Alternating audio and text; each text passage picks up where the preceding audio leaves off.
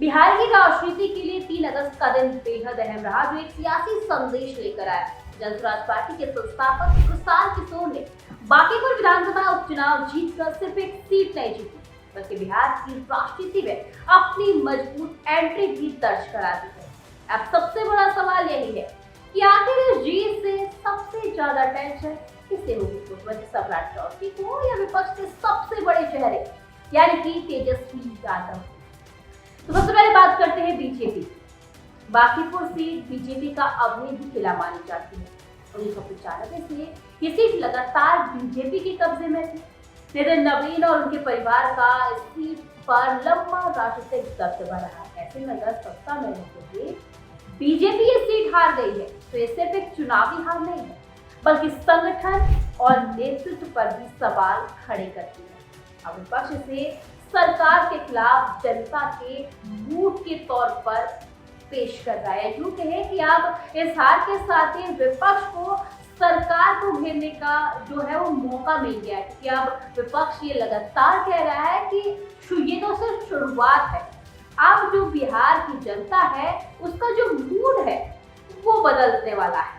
लेकिन इस नतीजे का दूसरा और शायद ज्यादा बड़ा असर आरजेडी पर पड़ सकता है, क्योंकि बांकीपुर में मुख्य चुनौती बीजेपी को आरजेडी से नहीं बल्कि प्रशांत किशोर से भी। आरजेडी तीसरे स्थान पर सिमट गई है। इसका मतलब साफ है कि विपक्ष की राजनीति में अब एक नया दावेदार भी सामने आ चुका है। तेजस्वी यादव अब तक खुद को बिहार के युवाओं और विपक्ष का सबसे बड़ा चेहरा बताते रहे, और लेकिन प्रशांत किशोर की जीत इस दावे को सीधे तौर पर चुनौती देती है। पदयात्रा, शिक्षा, रोजगार और व्यवस्था परिवर्तन जैसे मुद्दों को लेकर प्रशांत किशोर ने जिस तरह से बिहार में अपना अभियान चलाया, उसने खासकर युवाओं और शहरी मतदाताओं के बीच नई पहचान बनाई। प्रशांत किशोर की सबसे बड़ी ताकत ये मानी जाती है कि वे सिर्फ राजनीतिक भाषण नहीं देते, बल्कि वे आंकड़ों और तथ्यों के साथ अपनी बात जनता के सामने रखते, जिससे कि जनता उनसे कनेक्ट हो पाती है। अब विधायक बनने के बाद वे विधानसभा का मंच भी मिल जाएगा और सड़क से लेकर सदन तक उनकी आवाज पहले से ज्यादा प्रभावी होगी। अब ऐसे में सरकार पर भी दबाव बढ़ेगा और विपक्ष के भीतर भी एक नई प्रतिस्पर्धा उठती हुई नजर आएगी।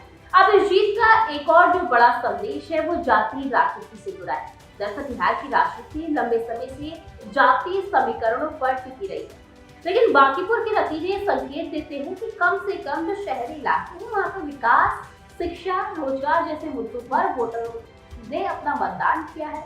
और अगर ये ट्रेंड आगे बढ़ता है तो बिहार की राजनीति का समीकरण भी बदल सकता है। हालांकि ये बात भी सच है कि सिर्फ एक सीट की जीत से पूरे बिहार की राजनीति नहीं बदली जाती। जनसुराज को अब ये साबित करना होगा कि यह जीत किसी एक सीट तक सीमित नहीं, बल्कि पूरे राज्य में उसका प्रभाव पड़ेगा। तो आने वाले विधानसभा चुनाव में ही ये साफ होगा कि प्रशांत किशोर की जो लोकप्रियता है वो राज्यव्यापी समर्थन में बदलती है या फिर नहीं, है केवल एक सीट तक सिमट कर रहती है। वहीं बीजेपी के लिए ये हार संगठन को मजबूत करने और अपने पारंपरिक वोट बैंक को संभालने की चेतावनी। दूसरी ओर आरजेडी के लिए यह आत्ममंथन का समय है कि आखिर विपक्ष की राजनीति का बड़ा हिस्सा उसके साथ से कैसे निकल गया, उसके हाथ से जो वे डोर थी वो कैसे फिसल गई। जो आरजेडी थी वो मुख्य विपक्षी दल था, जो अब प्रशांत किशोर की पार्टी यानी कि जनसुराज पार्टी की एंट्री के साथ ही अब विपक्ष में तीसरे पायदान पर खिसकता हुआ नजर आएगा। तो ये साफ है कि जितनी बीजेपी के लिए प्रशांत किशोर की पार्टी मुश्किलें खड़ी करेगी, उससे कहीं ज्यादा मुश्किल में आरजेडी आती हुई नजर आने वाली है। तो कुल मिलाकर बांकीपुर का नतीजा सिर्फ एक उपचुनाव का परिणाम नहीं है, इससे बिहार की राजनीति में तीसरे विकल्प की संभावनाओं को मजबूत कर दिया है। अब लड़ाई सिर्फ एनडीए बनाम महागठबंधन की नहीं रह गई है। प्रशांत किशोर ने यह संदेश दे दिया है कि जनसुराज अब सिर्फ आंदोलन नहीं बल्कि सत्ता की राजनीति में भी अब एक गंभीर दावेदार बन रही है। अब नजर आने वाले चुनावों पर है, बिहार की राजनीति पर है कि क्या प्रशांत किशोर इस जीत को राज्यव्यापी लहर में बदल पाएंगे, क्या सम्राट चौधरी अपनी राजनीतिक पकड़ बनाए रखेंगे और क्या तेजस्वी यादव विपक्ष का अपना नेतृत्व बचा पाएंगे। अब इन सवालों के जवाब आने वाले महीनों में बिहार की राजनीति की जो नई दिशा है वो तय करेंगे। आप देखना ये है कि क्या बदलाव प्रशांत किशोर की इस जीत के बाद बिहार की राजनीति में, बिहार के जो राजनीतिक समीकरण है और खासकर बीजेपी और आरजेडी में देखने को मिलते हैं।